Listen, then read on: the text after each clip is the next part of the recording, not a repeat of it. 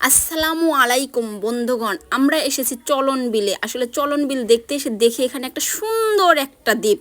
আসলে এই দ্বীপে অনেক কিছু আছে। দেখেন, আমরা কিন্তু দ্বীপে ওঠার শুরুতেই কিন্তু পাট শাক গাছ দেখতে পাইছি, হালকা হালকা পাট শাক লাগাইছে। আর দ্বীপটা অনেক সুন্দর, পরিপূর্ণ, ভরপুর ফল ফুল গাছে।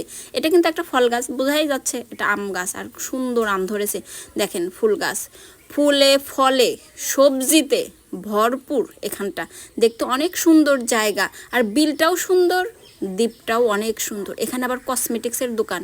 বাচ্চাকে নিয়ে খুব তাড়াতাড়ি চলে গেলাম, কারণ বাচ্চা যদিই আবার বায়না ধরে। এই দেখেন, সবজি বললাম, এখন মরিচ কি সবজিতে পড়ে না কিসে পড়ে আমার জানা নাই, কিন্তু অনেক সুন্দর সুন্দর গাছ আছে। আসলে দ্বীপটা আরও বেশি ভালো লাগতো, বেশি সুন্দর লাগতো যদি এখানে পানি থাকতো।